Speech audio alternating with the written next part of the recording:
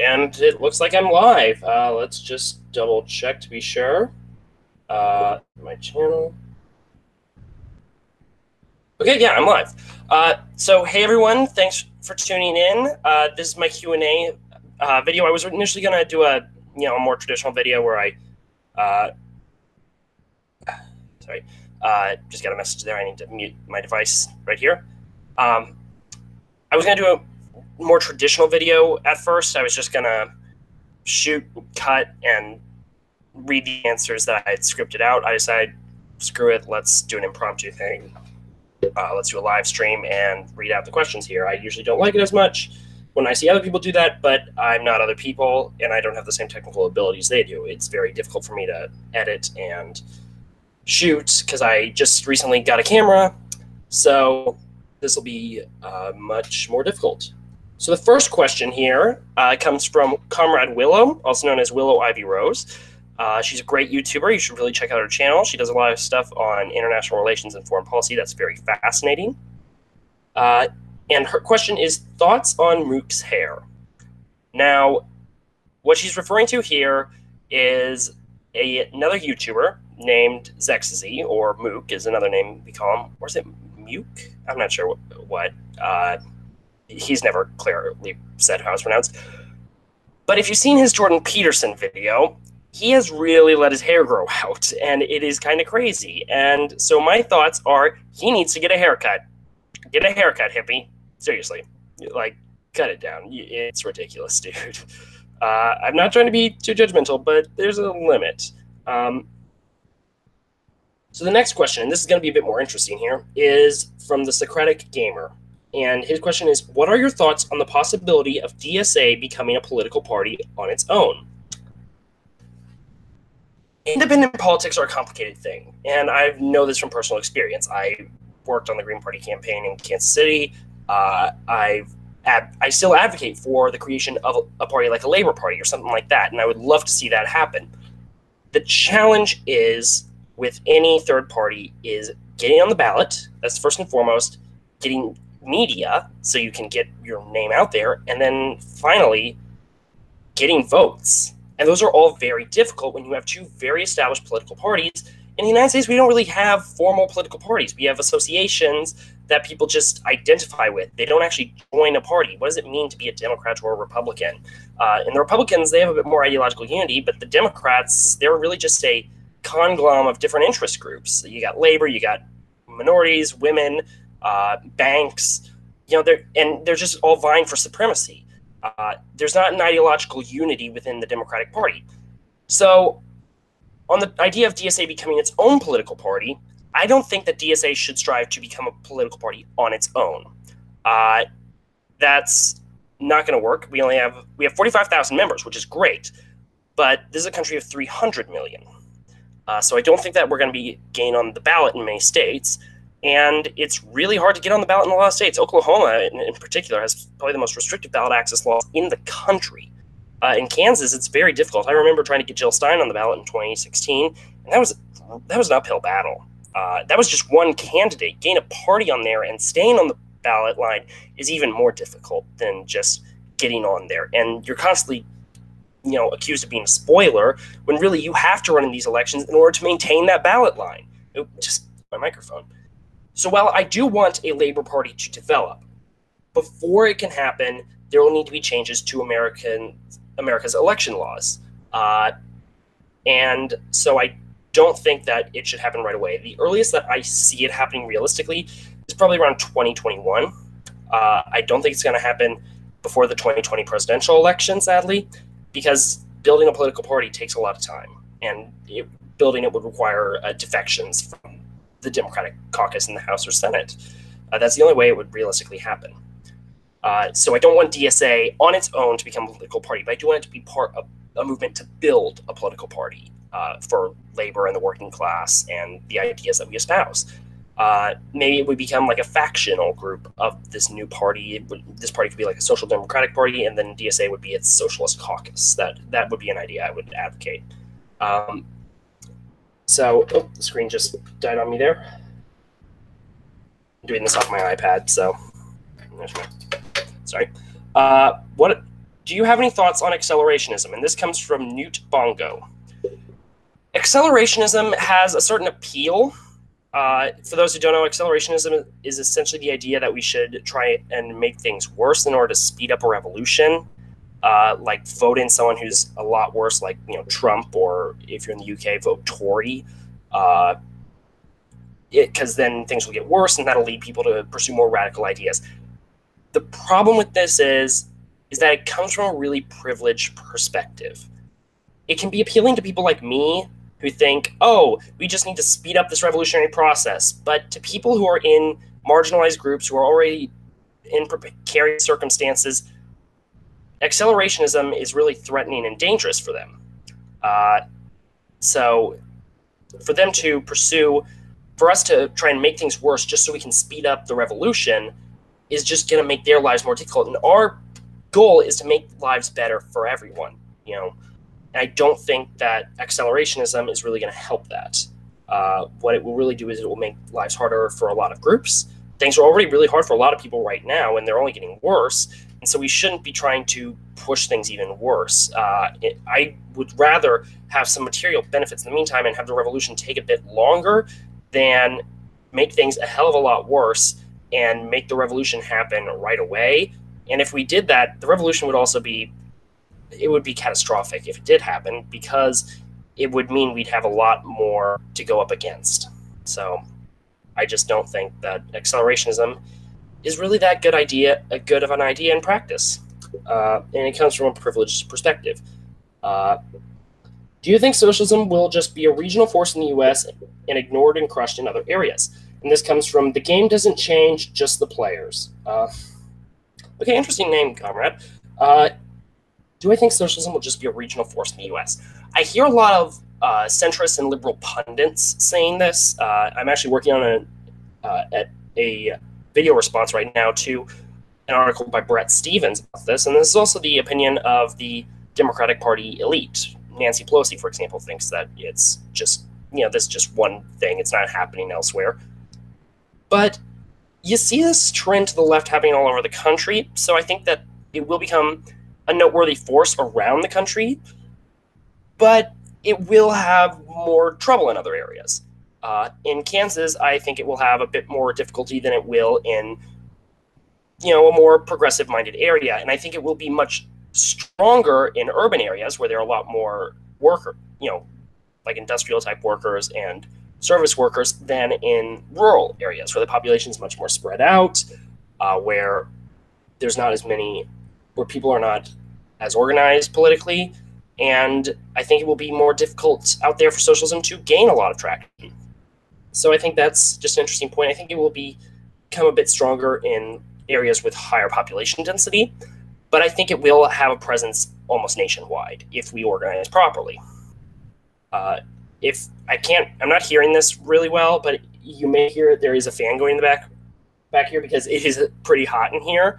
Because it's been incredibly hot. It's actually cooler today because of the rain. We've been getting some rain today, but it is very humid and very hot in here. It's very sticky weather. Now next question is from Denver Strong. And also keep in mind that you can, and I really would like it if you would ask questions in the chat on the side here, because I want to just see what questions people have for me. But this one is 2 questions, comes from Denver Strong, and it's, what's your opinion on 1, gun control and the increased abundance in school shootings? You can go any direction you want with this. Yes, I will go whichever direction I care. 2, you don't need to tell me that. And 2, what is your opinion on prison reform, either the methods being implemented now or the effect of prison on released criminals? Ooh, these are some good questions here. On guns, I actually made a video about this. I participated in the March for Our Lives, and then I responded to it because I got some flack on Twitter from people who were way to the left of me. I'm talking tankies and anarchists who are giving me flack on this, maybe one of the few things they can agree on, because they think, oh, we need guns for a revolution. I'm not a hardliner on gun control, so to speak. I'm not sure I support an assault weapons ban, because I don't see that as being a very good policy action. But I do think we do need some more restrictions on firearms in the United States. We need more background checks. We need better licensing. I would not be opposed to the idea of a gun registry. You should have to register your firearms for safety and, for to keep track of transactions there.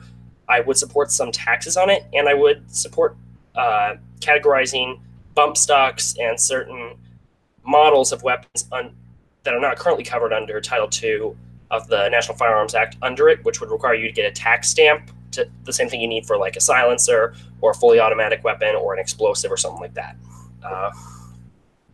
So I would just highly recommend you to watch my video on the March for Our Lives. That's a very good explanation of my views on gun control. The problems with school shootings, though, those are myriad and complex. I think guns definitely do play a role in it, but I think we do need to also look at the systemic factors that lead people to push more for guns. We do live in a more violent society than many other nations in the world. Like in Western Europe, they don't have these. And I think that, yes, the problems with guns is definitely a component here, but they also don't have as much school violence, to the best of my knowledge. So I think we need to examine the role that systemic violence plays in our society and look at that. And I think that a lot of that has to do with capitalism. And then on prison reform, this is a tough one. There's actually a book that I've been trying to read. Give me a second. Here. That kind of touches on it. It's more about police. It's called Who Do You Serve, Who Do You Protect? It's by Haymarket Books. Really good book on just criminal justice reform in general. It talks more about police, but they do touch on prisons as well. So I do think that we need to massively reduce the prison population in the United States. We need to release anyone who is convicted of a nonviolent drug crime and stop treating drugs as a criminal issue and instead as a public health issue. And I would support full decriminalization of all drugs and legalization of marijuana, so it can be taxed and sold in stores and all that for people over the age of either 18 or 21, whichever we think is better. But I don't think we should legalize all drugs. We should just decriminalize them like they do in Portugal.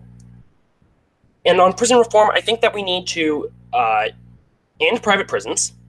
I think that's a good first step, and we need to release a lot of the criminals. Now, integrating back into society is going to be difficult, and this is, I think, the most complicated part of prison reform. People who are released from prison have gone through a lot. Prison is not an ideal world. It's not. Oz may have been a little been a little extreme on some of its portrayals, but prison is really bad. And a lot of the violence in there is pushed systemically. So people come out and they have a lot of problems. They're not able to live in Section 8 housing anymore. The debts that they may have had have continued to accumulate, and they have not been earning enough money because they're working for practically no wages. They're earning nothing in there, and they aren't able to pay off those debts. It's seriously problematic, and I think we need to take a real hard look at it.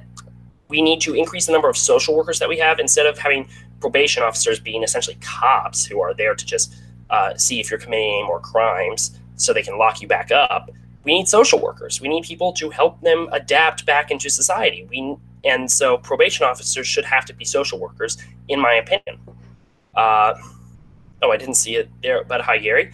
So it's a very complicated issue and a very tough one, and it's not one that I am as well read on as I really should be, since I have a lot of books to read.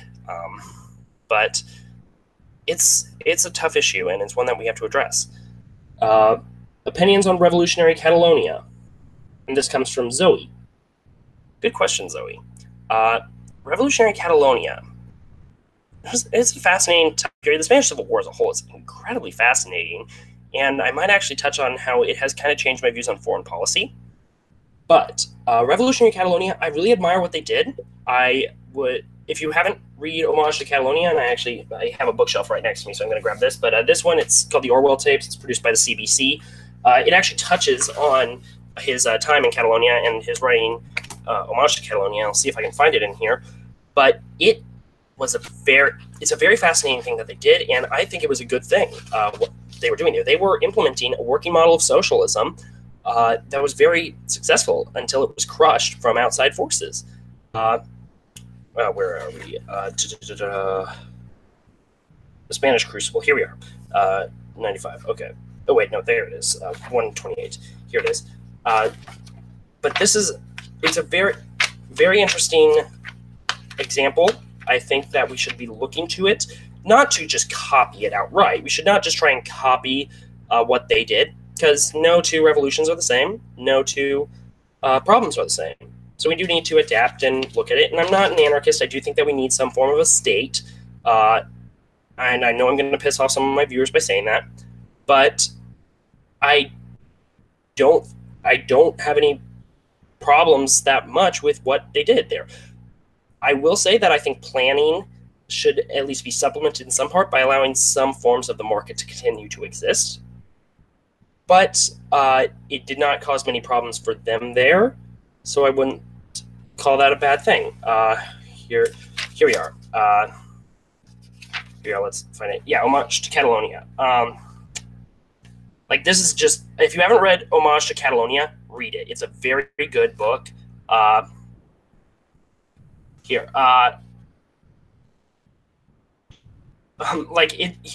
George Orwell is a fabulous writer. If you haven't read anything by him, they always push Animal Farm on you in school to say, oh, look, communism's bad. This is Animal Farm, although Orwell was a socialist. He was very clear about that. He was a committed socialist, a lifelong member of either the Independent Labour Party or the Labour Party at various times, and he was a major supporter of the Attlee government after World War II. So, in 1984, people always say, oh, totalitarianism is bad. And yes, Orwell was against totalitarianism because of what he saw the Stalinist Communist Party of Spain doing during the Spanish Civil War. And so he opposed Stalin and totalitarianism and fascism. Those are the things he always fought. He believed in democratic socialism, just as I do. But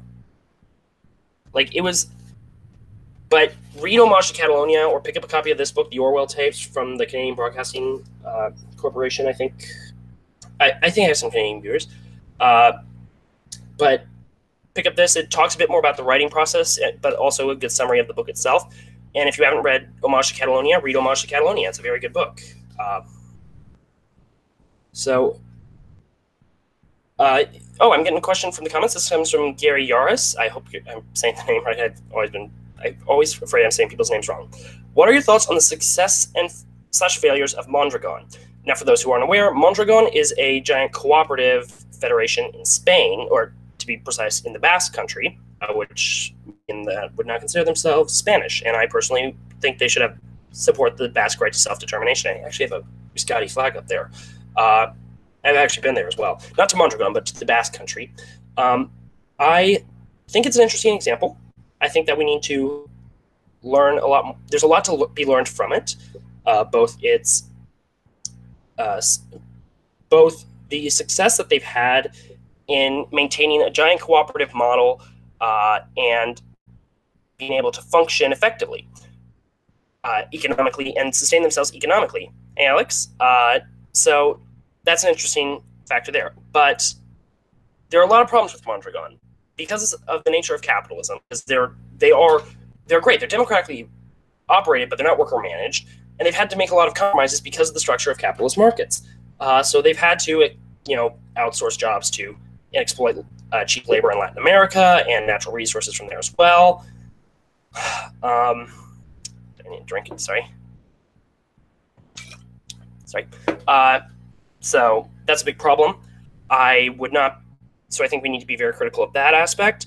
And I also think it's important to remember that they were started in the 1950s when Spain was ruled by that wonderful, freedom-loving socialist Francisco Franco. This point was already made by Bad Mouse in a video. Yes, Alex, you can ask a question. Just ask any questions in the chat section there. But Franco allowed them to operate because he did not see them as a threat. And so that's, I think, a big issue that we need to understand. Cooperatives, just building more cooperatives are not going to be the way we build socialism. What we really need is we need to build political and economic organizations like labor unions and socialist groups like DSA, or if DSA isn't your flavor of the month, Solidarity or Socialist Alternative, or sorry, I was just reading a comment there. But we need to build these political organizations and these labor organizations. Those are the key things we need to build in order to have build the political capacity to have socialism. Sorry, I'm just trying to read what your thing says here. This is a question from Alex Nichols. What do you think of capitalism multure? I'm not sure what that is. Is that a YouTube channel or is that a blog? Or I'm not sure. I'll have to Google that. I'll look it up real fast. I gotta open this thing up again. But I will get back to you on that one. But the next question I have is another one from where are we? From Zoe, and it's, what do you think about radical feminism? Well, what do you mean by radical feminism? Radical feminism could mean that as in terms of feminism that is extreme. It could mean in context of like TERFs and SWERFs, which are sex worker exclusionary radical feminism or trans exclusionary radical feminism. And if it's in that context, I'm against it, because trans women are women, and sex workers, no matter what you think about the ethics of their line of work, are still human beings, and they're still workers, and they're still women, and thus they are deserving of rights. And so there needs to be a space for them within the workers' movement and within the feminist movement. Period. End of story.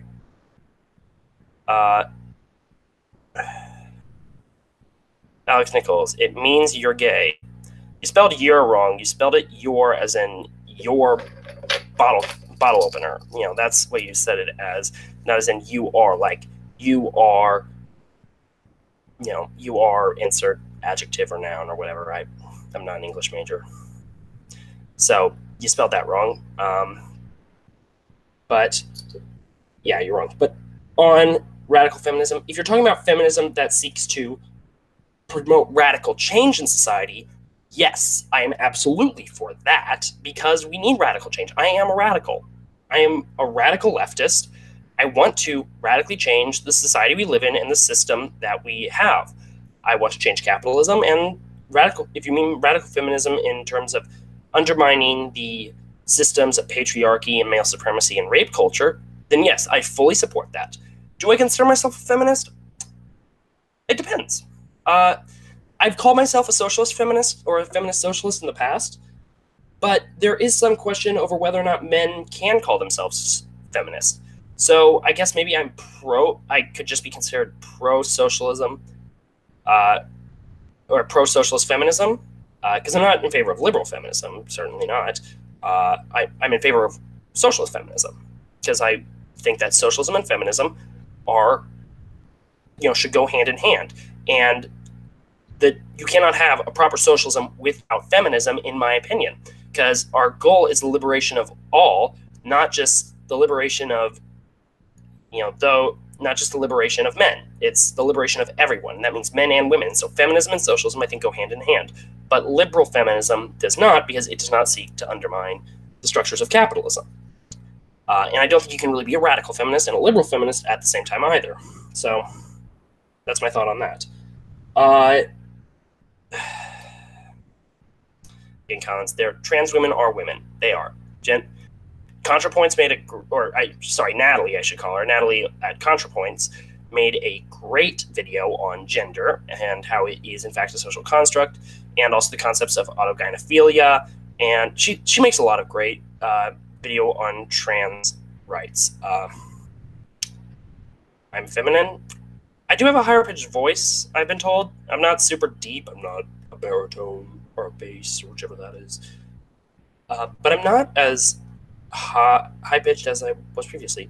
And now this person is just spamming me to death saying feminism is dumb. I don't know who you are, Alex Nichols. But whatever.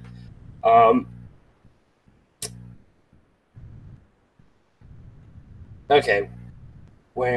And I have some other questions here that I want to pull up. I actually addressed one of these earlier. It was a question I got from Curious Cat, and it is, where are you on drugs? Should they all be legalized? And I talked about this a bit earlier. I do not think that all drugs across the board should be legalized. I think that we should decriminalize all drugs, and we should legalize marijuana.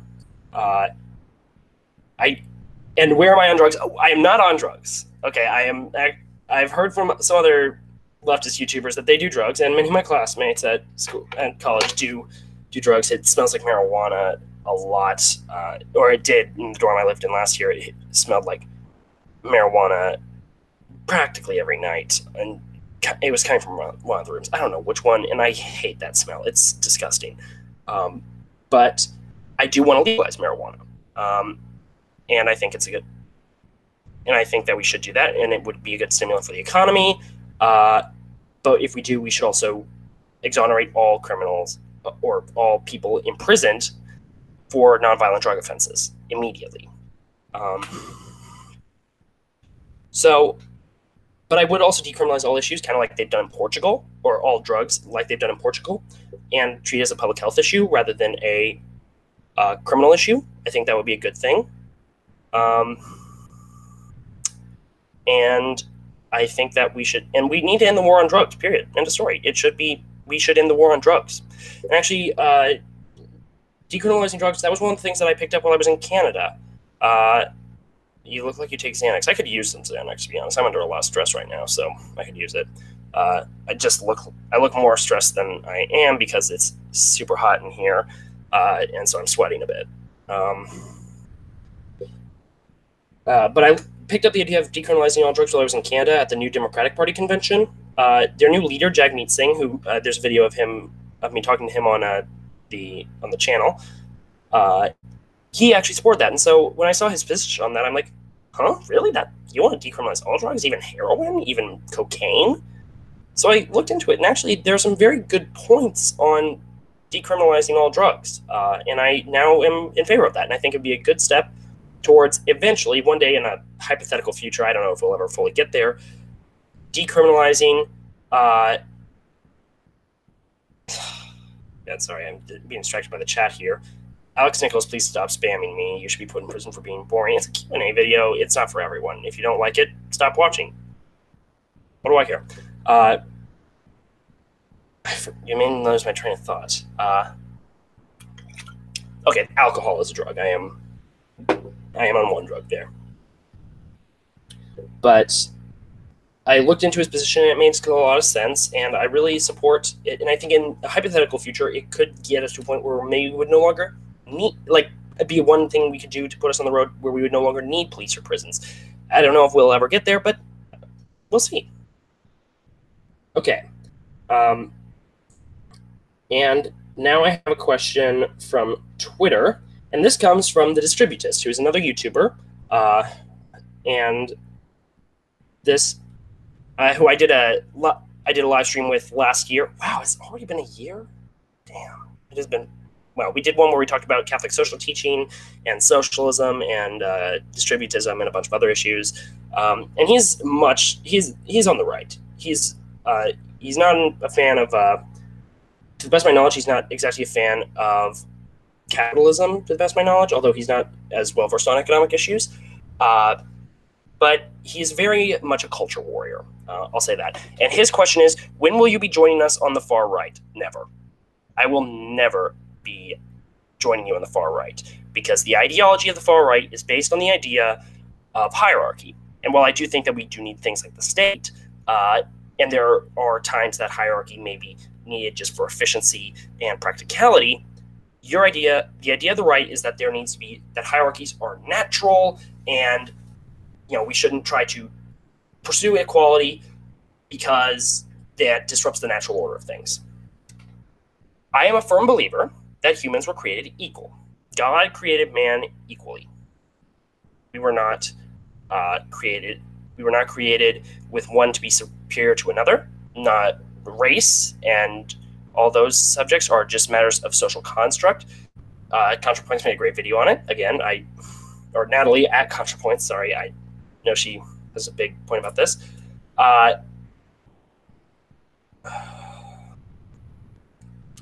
Sorry, chat is kind of distracting me. But the idea that people are not equal is one that I fundamentally do not believe in. All men are created equal. And I know that the Founding Fathers were problematic and didn't actually believe that in practice, but they did. But the sentiment is still what I believe in. I believe that we need to create a more equal and just society. And that means we must pursue a society based on social ownership, democracy, solidarity, and justice. Those are the ideas that we need. We do not need capitalism. We do not need racism. We do not need patriarchy. We do not need them. They are not natural. They were created by people who wanted things from them, who benefited from them. Capitalism may have been better than what came before with slavery and with feudalism, but it's not the best thing that we can have. We can have much better. And I believe that we can pursue a more just society, and that's not what the far right wants. They want a supremacist society. Another question from Gary, how do you define radical, progressive, and liberal? Okay, radical means you want to change things systemically. It means you want to get down to the root of the problem, and usually that means the system. So to be a radical leftist means you are an anti-capitalist. It means you're a socialist feminist. It means you're committed to egalitarian principles, and it means you're committed to undermining those systems that exist. To be a progressive typically is just one that means more left. You should run for president. I'll talk about that here in a second. But a progressive means typically implies someone who's a bit more to the left. Someone who's considered socially progressive is usually one who is in favor of the idea that gay people should be allowed to exist. But to me, it means you can be a progressive and still somewhat liberal, but I think it means you're a bit more to the left of just a liberal. It means you are against the reactionary ideas and the reactionary ideas of the right and of conservatism, and that you favor making society more just to the extent that you think possible. Now, a progressive liberal, I would say, they don't think that we can do that systemically. So a radical progressive would be a radical leftist, I think. But that's just one guy's perspective. A liberal, and this is a bit more complicated, a liberal is usually someone who a liberal is a much more defined political ideology, and my hair is a bit of a mess because, again, it is hot in here. It's an ideology that stems from the Enlightenment, and its key values, well, with socialism, it's solidarity, equality, democracy, justice, things like that. With liberals, it's life, liberty, property, and those sorts of values. Liberal ideas emerged during the Enlightenment, and while they were a counter to the old reactionary ideologies and ideas of the past, they've kind of had their day. To be a liberal means you are committed to the ideas of capitalism and private ownership, the means of production, and it means that you do not seek to undermine the system of capitalism in the modern day. So, like, classical liberalism is really just libertarianism, but maybe a bit more moderate than some libertarians.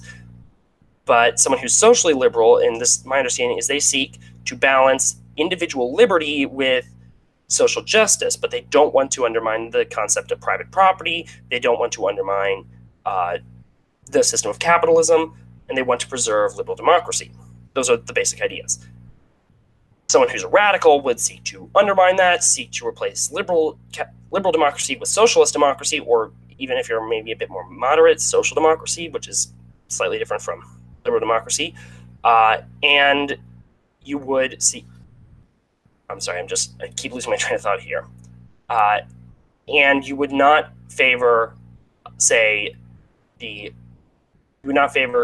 undermining the private ownership of the means of production, taking all businesses and putting them in the hands of their workers, because that would violate their property rights. So that's liberalism in a nutshell, as I understand it. Now, there may be some liberal here that's commenting, no, that's not what I believe, and, I would like to learn more about your views. From Stefanik23, hey, great discussion. You should run for president. You would go great next to Trump. When I was younger, when I was like 14, when I first got political, I'm like, I'm going to run for president in 2044. There was actually a Facebook page up for that for the longest time, and my neighbor was going to be my running mate, and we were going to run on this social democratic platform. I gradually moved a bit more to the left. the main things that I cared about back then was ending wars and stuff. Nowadays, I do not want to be president. I would like to run for office someday, maybe in the future. We'll see how the wind blows there. But I don't want to be president because the president has just so much power, and the corrupting force that would have would be immense. I would not want that position. And they also have a lot of stress. I've seen you really deteriorate a lot if you're president. Just look at Obama, look at Bush. They're sorry, this Alex Nichols guy is really bugging me. Is there a way to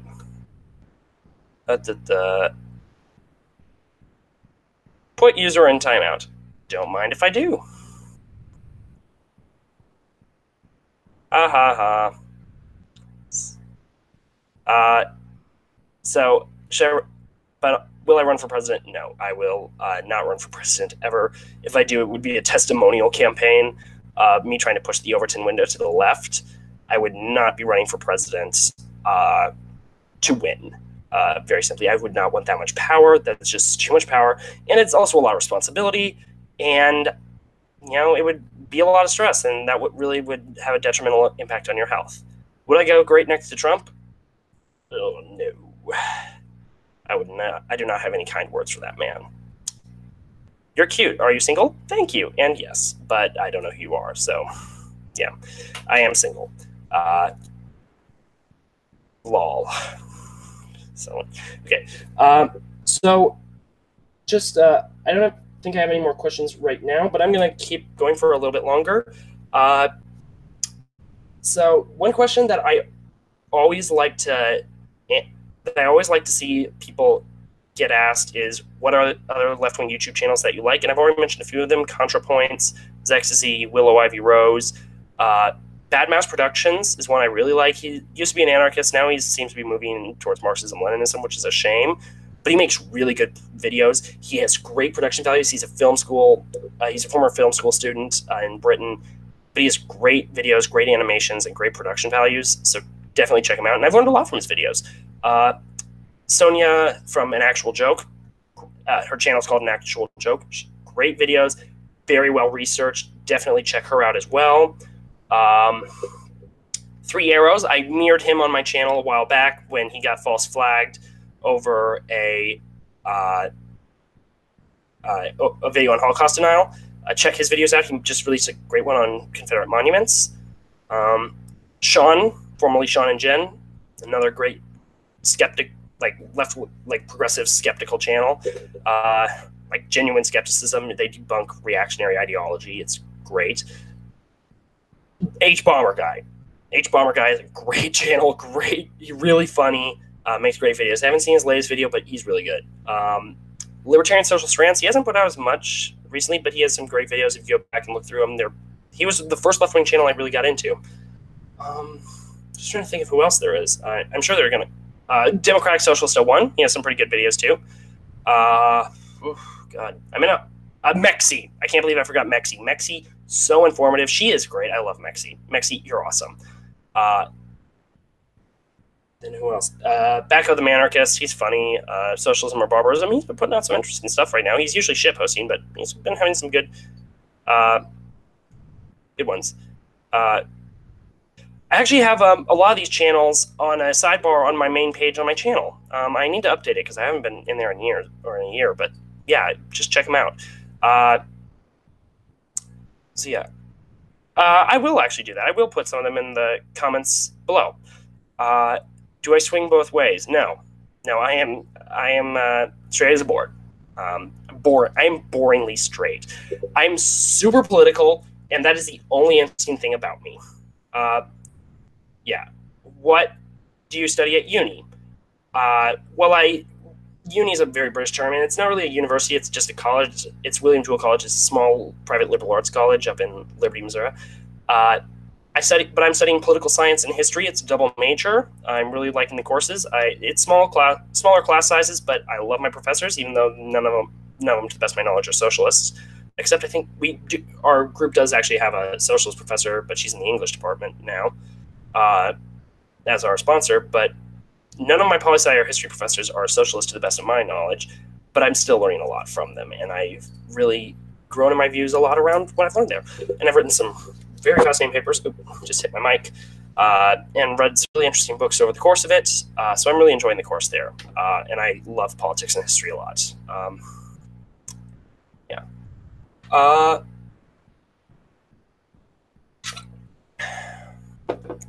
Trying to think. God, I'm quite tired. I've been very busy from. I work while I'm home, and I'm also interning on a political campaign. I'm not going to say which one because I want to keep a bit of a distance between my YouTube channel and my jobs. So I want to keep a bit of space there. But it's a candidate here locally on the Kansas side. I'm not going to say what office he's running for because that would give it away, and it would be pretty obvious who it is just by looking at who the candidates are. But if you're on my Twitter, you know who it is. It's pretty clear because I've been tweeting him a lot lately. So I think I just gave that away. Yeah. Oh, and in case any of you were wondering why I'm not in my usual places for this video, I'm in a new spot. This is my childhood bedroom I should just say my bedroom because this is where I live. But it's a mess. I got papers and boxes that I put my mic equipment in on there and stuff I had to clear off my desk. So yeah, that's just my boyhood bedroom. How do you relate Bastille Day to socialism? That's a good question. I've been meaning to do a bit more reading on the French Revolution. I haven't had many courses that have touched on it that much, so I haven't really studied it in too much depth, but I know just a little bit. Bastille Day was a great moment for the world, in my opinion. It was after the American Revolution, the start of the second major bourgeois revolution, and was probably the first one to really progress these modern ideals beyond the most conservative viewpoint of the American revolutionaries. So it was a major stepping point and stepping forward in the history of revolutions, and it kind of paved the way forward for revolutionary thought. It shows that people can rise up against an oppressive state and win. And they did. They overthrew the monarchy. They beheaded the king. And I'm an advocate for the abolition of the death penalty. So I would not advocate us going and killing the king or the president or whoever. But it shows that the people can, when they work together, when things are really at their worst, we can come together, act collectively, and change the world. You know, like they said in the old labor movement, that was a bottle opener in my hand. Apart, we are weak. But if all our fingers come together, we can make a mighty fist that will shake the world. If we all come together, we can make a mighty fist that will shake the world. That's what they did at the Bastille, and that's what the French Revolution shows. You can change the world when you come together. It was a major turning point for political thought as well. You had people like Marx and Engels, and actually I've got a little bust of Marx right here, actually. So coincidental that I'm talking about him. This was a gift from one of my history professors, actually. They were looking at this, and I believe Marx was born actually after the French Revolution, but he looked at this and saw the values they were expressing: liberty, equality, fraternity, saying, and he liked these ideas. He thought they were good ideas. And these ideas were brought into the mainstream of global politics, not just American politics or French politics, but they were brought to the forefront of world politics by this event. And Marx and Engels and others, and Proudhon and others saw them, but then saw that the world they were creating did not really bring liberty, equality, fraternity. Instead, they brought capitalism, which still had inequality, which still had injustice. And so they started analyzing it. So it was a major catalyst for a lot of the thought that came during the 19th century with Marx and Kropotkin, or he was 20th, but Marx and Bakunin and Proudhon, Engels. Just trying to think of who else there was. I need to look at my bookshelf here. Those are the only ones I'm thinking of right now. So there's that. Just trying to see. I may have some more questions actually that I haven't answered. Yeah.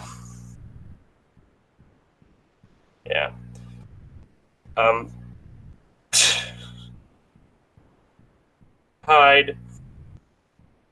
Yeah, there was Alex Nichols, who was trolling me earlier. He's still trying to do it, and I put him in timeout. But oh, I got something here. Okay, yeah. Oh, another channel I really like. I believe it's Even More News or Some More News. Okay, yeah, you go bye now, Alex. That's disgusting. You're sick. You're sick ass. Yeah, good. You're gone. Okay. Sorry. I just hit this mic while I was doing that. But Some More News. That's the name of the channel. It was an offshoot channel from Cracked. I really like it. Really interesting. They do a lot of in-depth stuff. They're not as left-wing as I would like. They kind of are really pushing the Russia narrative a lot. And I'm not saying there's nothing there with Russia. There's been indictments and there's been leaks showing Russia, yes, did try to interfere in the elections, but they push it a little hard, and they're very much in favor of impeachment. And I'm not sure that impeachment's a good idea, because then we'd have Pence. Yeah. So that's a big problem. I'm surprised no one has asked me about the image behind the little portrait behind me here, because I think I would have gotten some memes on that one. But yeah, that is, just in case you didn't know, that is a portrait of Rosa Luxemburg. I also have a portrait of Eugene Debs, but you can't see him because he's right over here. There are two people I really admire. And I hate the memes that go, Bernie killed Rosa and stuff, because it really diminishes her just down to a meme. It doesn't show you what her real work was. If you want to learn about her major contributions to political thought and to socialism, but aren't a huge fan of just reading her works because she's a bit complex. You know, she's thick. It was turn of the century stuff. Read this comic book. It's called Red Rosa. Really good, great artwork. There is some not so safe for work content in here, but you know, like I see, it's really good artwork. It really goes deep into her thought, and I really enjoyed it. And I cried at the end. It was sad. But what do you think of the Arab Spring? I was inspired by it when it happened. I was really inspired. I saw these people, and this was when I was first getting political. I saw these young people in the Arab world rising up and overthrowing these corrupt dictatorships, getting organized and fighting back. And I was like, this is incredible. This is a world-changing event. And so initially, I was super supportive of it. I thought all these dictators are bad. They all got to go, and they do. But I supported the revolution in Libya, and I regrettably supported intervention then, because I thought, oh, it's supporting the revolution, so it's good. I bought into the humanitarian intervention argument. And I actually advocated for it in Syria for a little while. I greatly regret that nowadays. The problem with the Arab Spring, though, was it didn't focus enough on organization among workers. And in Tunisia, there was a bit more of it. The syndicalists did, and the unions did have a bit more of an impact there. But in Egypt, in Libya, the workers had no organization. In Egypt, they had some, but not enough. Syria is actually, they're an interesting case. Yemen, that just turned into a mess. Algeria, not much happened. Morocco, again, there were some reforms, but not a whole lot happened. Well, actually, to the people in Morocco, a lot did happen because major changes were made, positive changes. But in turn, compared to like what had happened in Egypt or Syria or Libya or Tunisia, not much happened there. The challenge is that the people who were the most organized were the ones that came to power, and that is a sign that we need to follow. Political organization is key, and who are the most organized in all these countries? Theocrats, the Muslim Brotherhood, jihadists. It was these groups that came in, and they were organized, they were committed to their ideology, they were committed to their theocratic ideas, and they quickly gained power in a lot of these places, and it just became a mess. It was a very negative result because they were organized, and working left-wing groups and working-class groups were not organized, but the Islamists were. So who gained power? It wasn't the socialists, it was the Islamists. So that should just show you, it should be a warning for the future. Socialists, we got to get organized before these things happened. Even in those circumstances where it's illegal, there were ways for them to organize. The Muslim Brotherhood were able to function underground in a lot of those countries, and socialists in those countries need to work on organizing there as well. I'm not going to tell them how to do it, but they need to learn. They need to either mimic what the Muslim Brotherhood did or do it better, so they can take power when the time comes. I'm going to stay on for, I think, 15 more minutes. A Guide to the French Revolution in Jacobin may change your views and knowledge. I'm going to check that out, actually. Thanks, Gary. So how to change that? I don't know how to change it. I don't know how to change the lack of organization for socialists in the Middle East, and I'm not going to tell them how, because I don't know.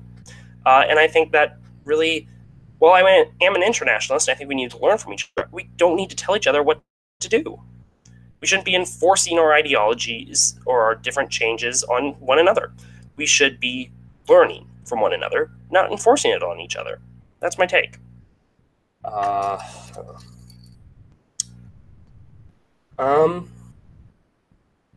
It is super hot in here.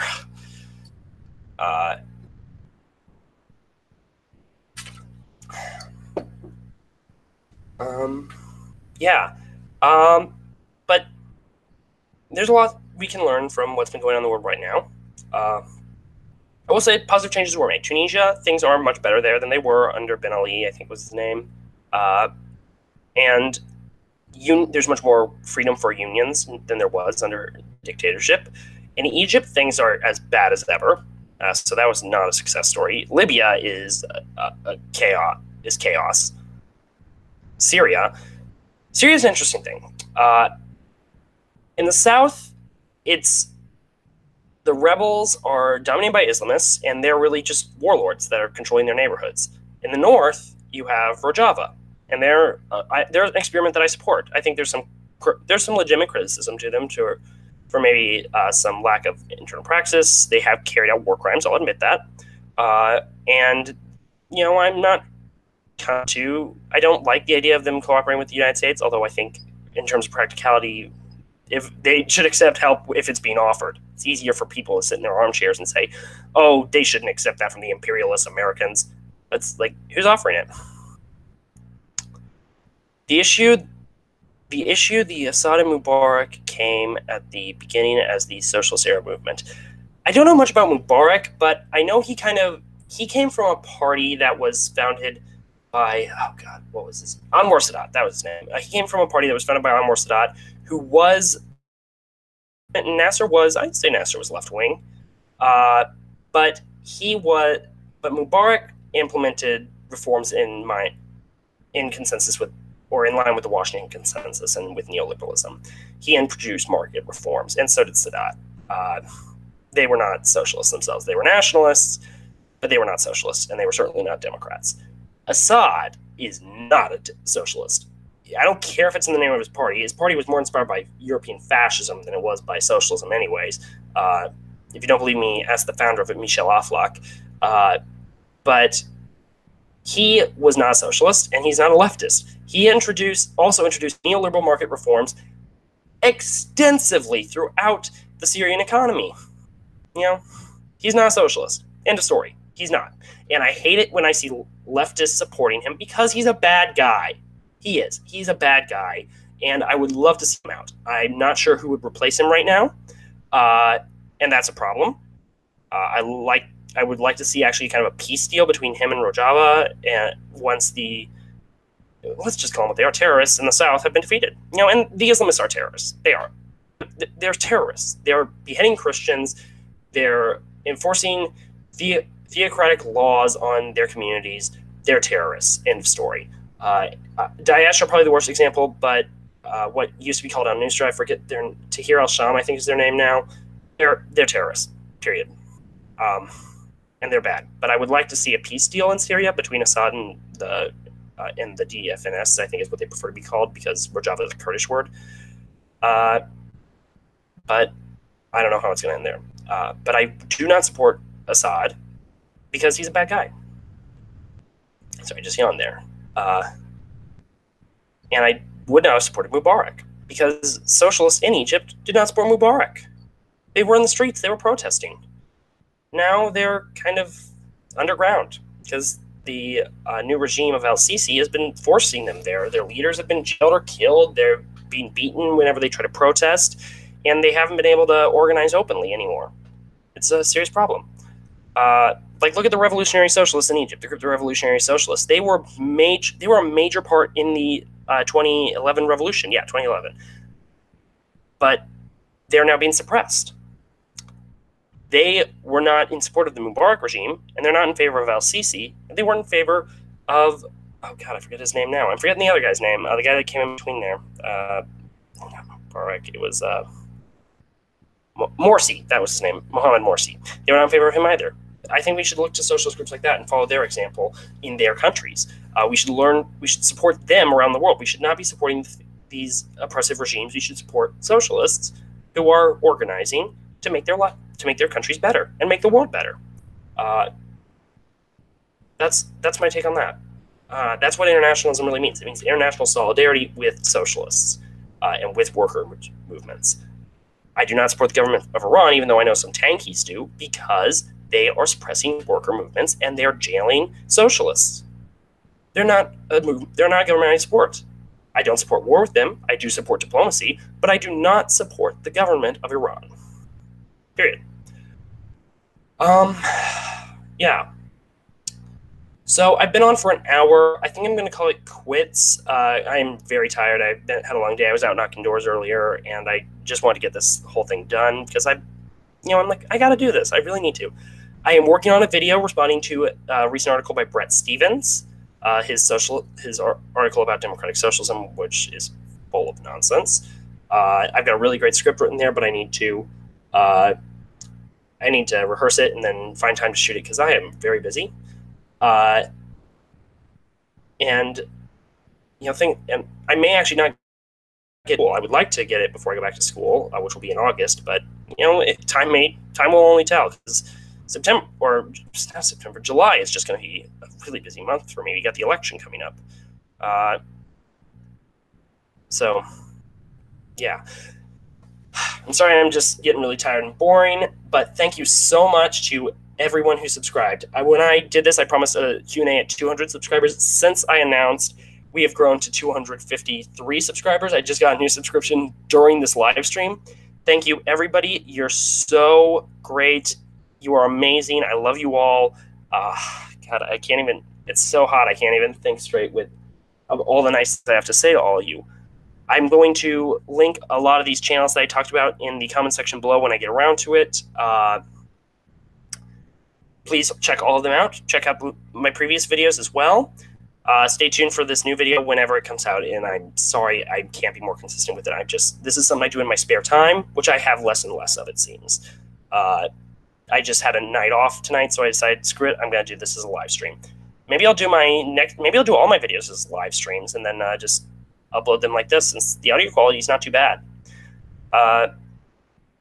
Unless you guys have problems with it, but we'll see. Yeah, thank you so much, everybody, for subscribing, for your support.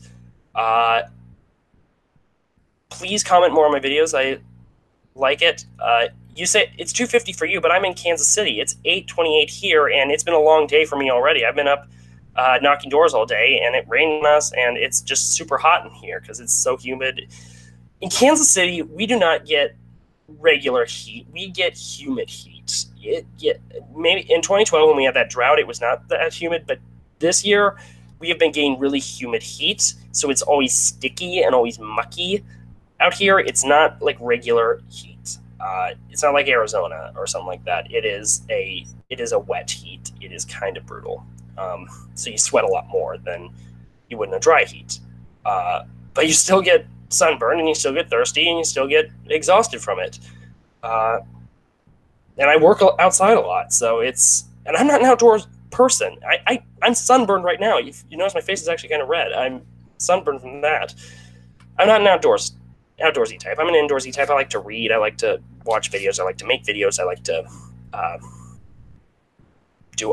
do this sort of stuff. I like to talk about politics and history. But But thank you so much for all your support, guys. Please continue to check out my videos. I do have a Patreon, but I don't really make anything on it, and it's just for a little extra support so I can buy more materials or maybe pay a friend to edit these if I ever get around to that. Thanks so much. Cheers.